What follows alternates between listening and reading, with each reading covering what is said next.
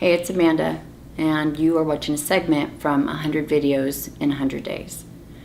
This started out as a challenge to myself to prove that freedom can come from authenticity and vulnerability, and that life doesn't have to be perfect or look perfect, it doesn't have to feel perfect to be valuable,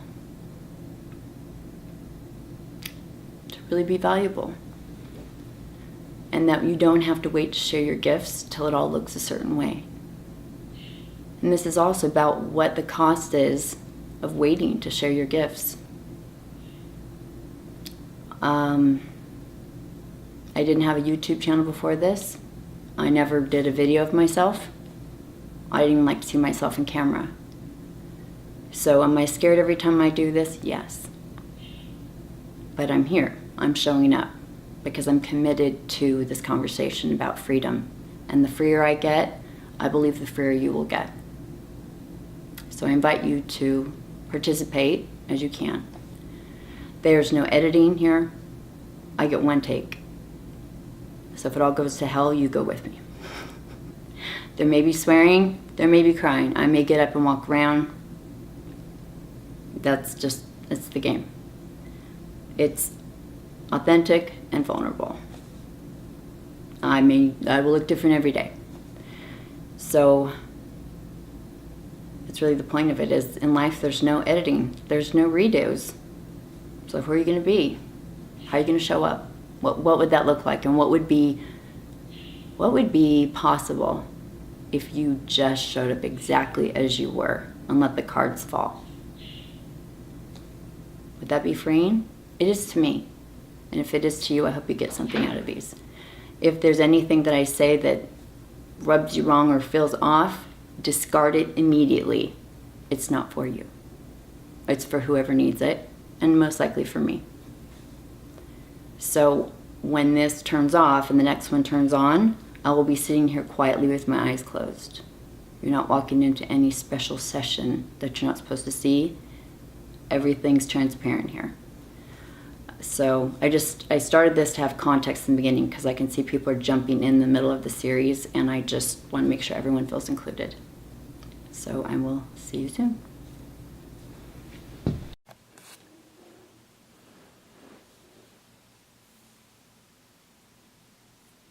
Yeah, sorry.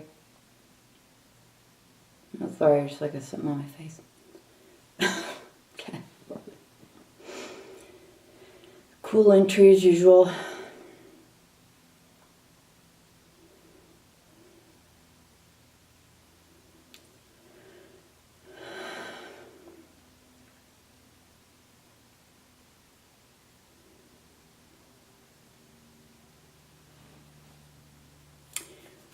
I do have something I want to share about today. What that is that something I hope you're seeing. Because you only see what I share here, and usually what I'm sharing is kind of haphazard. I know it's kind of all over the place, and that's why I want to work on the book, is so that I can clarify things, I can explain them better. It's just hard on this, and I don't know what I'm saying coming in. If I had a topic, I could probably sit and talk about it, but it's not the design of this. That being said, one thing that I hope you're seeing out of all this is, or at least that I'm getting out of doing these videos, and that's it's bringing to the forefront for me, is lots of people think that they need to learn who they are. And they try and do things to be able to recognize that, or to see that, or acquire things, or have people in their life, so it gives them a reference to who they are. They try harder, they want to be better, they want to do more to be something, whatever that is that they think that they're missing. But I find is the most valuable thing to do in this kind of work, and what the design actually is for everything that you're not to fall away. And then who you authentically are as a soul is already there. It's just waiting for you to remember. But in life we forget, so we're running around trying to be the best at this, be the best at that. And I think that's kind of confusing, not to the soul, because the soul doesn't get confused, but somehow it confuses the system in that you already are those things. You just forgot. So you're trying to like double up on something you already have. So we try and learn a lot of new stuff. We try and add new things to us. We try and learn new talents, new things. There's nothing wrong with any of that. It's just who you are, to have peace, joy, love, to be fulfilled, all that. It's already there. It's just now it's a function or it's basically just chipping away at what the ego and the world has put on you because you agreed to and you forgot. And all the things you thought you weren't supposed to feel or think, but you did and you shoved down, so you didn't have to deal with shame and imaginary problems that the ego creates. But you know, the ego likes you not remembering who you are because it can fill in the blanks here and there. It gives it a job. And the more problems you have and the more stress you have, the more, which it created in the first place to give itself a job, the more it has to do. So if you start removing concepts from yourself that are uncomfortable, that are painful, you know, I'm a bad person, I should have done this, I should have done that, I should have returned her phone call, I should have gone to school, if I just had this, if I just had that, all those things that the ego throws your way so that there's discomfort and then you want to fix it. Well, what if you stopped fixing it and just looked to see if it was true? Video number 30, I did a worksheet by Byron Katie from thework.com, and I use those a lot, variations of them, so that I can distinguish what isn't true so that who I am steps forward. So when I've worked on I'm not allowed to play, or I'm not allowed to work, or I'm not allowed to feel happy, I'm not allowed to, whatever it's been, that just gets removed because it's not true. I just forgot. I agreed to it, and then I forgot. And that's why that should and should list that I tell you to watch for, like I said, they can be great things, or they can sound like great things, and so you'll agree to them, and all of a sudden you wonder how you got yourself in these messes. It's because you don't have to add more onto you. You already are whole, perfect, and complete. You just forgot. I forget sometimes. And then I know when I've forgotten because I run around and try and start to figure out how to fix myself. And if my mind is racing around trying to fix something, to figure something out, then I know that I just forgot. And I'm in a projection and I'm living out a thought of I'm not this, or I'm supposed to be this, and so on. So at some point I'll actually list out things that you can look at. I have some ways that I like Katie's worksheets. I've changed them to how I think they work, I guess a little deeper, and how to have your ego even more on board so they don't feel so difficult. Because some people get shut down immediately. If you say, I'm stupid, and it's like, well, is that true? Well, then the ego will go, what? Back off. Back off. What are you talking about? What are you talking about? And it's jarring, and it feels scary. So, because the ego feels threatened. So I've kind of figured out some ways to get the ego to play along. Wherever you can get the ego to play along, that's the way to go. Because the ego likes to talk, it likes to share, it likes to give you information, so you may as well get it. It's full of ego, so it can't not share. The other thing that, if any of this is really impacting you and you're noticing things about yourself, one thing I'd like you to look for, and that I was looking at last night, because I don't know about you, but I always have this, just not always, but a lot of time, I always have this edgy feeling of stress. It's just like someone's gently pushing on me. Something like that. Just can't quite always shake it off. And I'm never sure what it is. And because I've been working on things falling away and distinguishing who I am and who I am not, I realized last night that I keep hearing kind of like the should and shoulds, but the supposed to be's. So what that means is from the time you're little, you watch TV, you watch your parents, you watch people in all sorts of organizations, and your ego decides who you're supposed to be. Well, that looks good. Well, they look safe. Well, they have a lot of admiration. Gosh, that's a nice car. They must have a lot of money. That looks good. Oh, family. Yep, that looks good. Oh, yep. The king. Yeah, that looks good. Oh, richest person in the world. That looks good. And it takes it to an extreme. And I don't think very many egos are like, if you just stay alive, we're solid. I don't expect much of you. Maybe just find somewhere to lay down. If you could get some water and some carrots, that'd be great. That's all I'll ever ask of you. I've never met an ego like that. Everyone's striving. We're trying. We're out for the race. We're trying to get stuff. We're trying to get people. We're trying to accumulate things.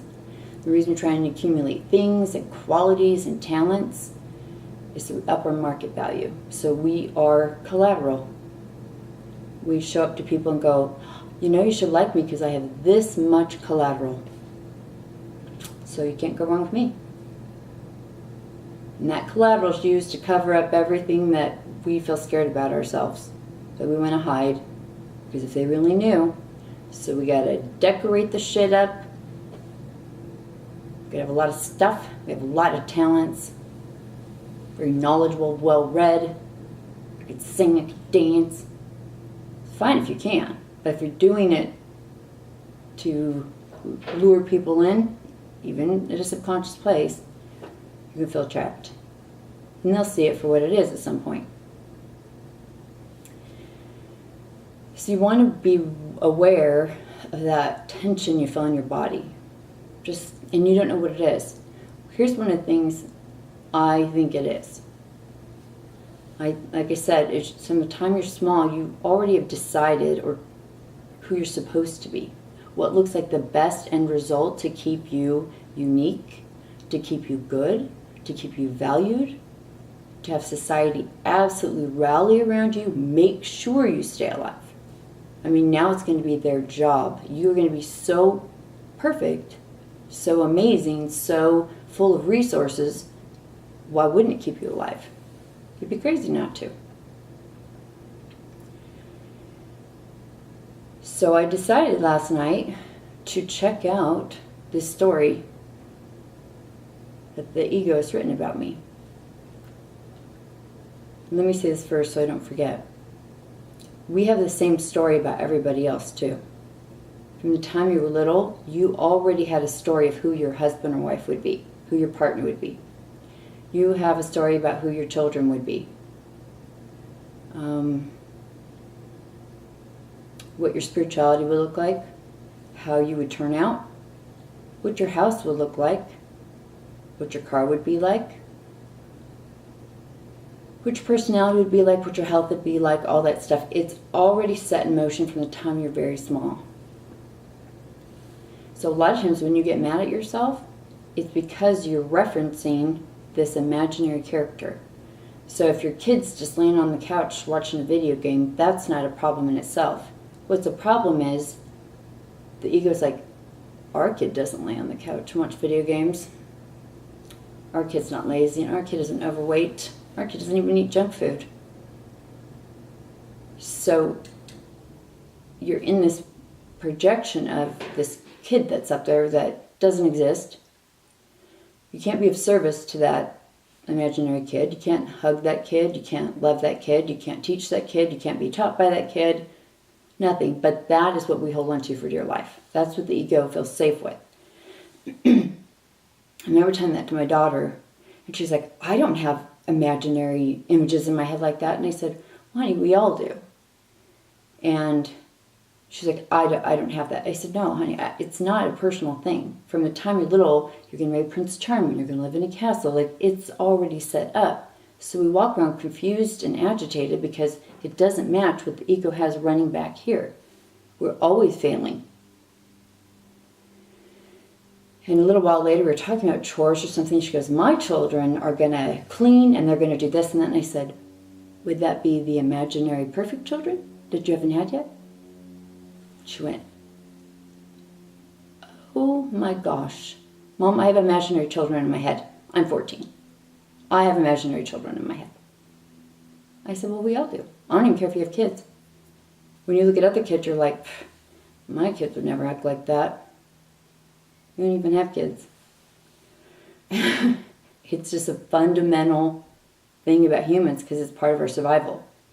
We'll figure out the best way to live, and then we're set, except that we forgot that we invented it, and then we're agitated because you can live in a perfectly great house, but if it's not the one in your imagination, something's off. It just doesn't feel right. I don't know why. Or you're in a job that even if it pays well, it just isn't it. It's not it. I don't know why. Well, because the one in your head has you be President of the United States or King of the World, or you can fly around the world in a private jet. It's got all these caveats and fancy things going along with it. It's not just a job to provide an income. It's nothing to do with your soul. So anyway, I wrote down last night what my ego said I'm supposed to be. Because your ego loves to share, right? So ask it questions. So let's see, where's this? I want to know who I was supposed to be. So I said, who am I supposed to be or become? And this is my ego talking. Remember that. So this is things that were decided when I was little that would make me so invaluable that I could never be thrown away. Do I think about these all the time? No. But does my ego? Yes. So I'm going to feel unsettled. And when you hear this list, you would be unsettled too. So who am I supposed to be or become? The greatest that ever lived, rich beyond compare, the most beautiful, the smartest, the most famous, the most respected, the most righteous, the most loved, the most followed, creepy, the most read, the most talked about in a good way, the most feared, the strongest, the most revered, the most humble, a ruler, unchallenged, never age, a giant house, famous, has the best of everything, and everything is custom, can do anything she wishes and is amazing at it, have people to take care of you, people that want to be around you at all times. Your friends are all famous and powerful. You can heal anyone. You can immediately heal yourself. I'm awesome. Man, I can't wait till I step into this. Everyone believes you and your point of view. Very strong. Your house is perfectly kept. You can travel anywhere you want by jet or any other means. You have a house in New York City and in California and Montana. Can pay to have parents taken care of. You make sure that your kids are taken care of. You don't have to listen to anyone else. You have all the answers.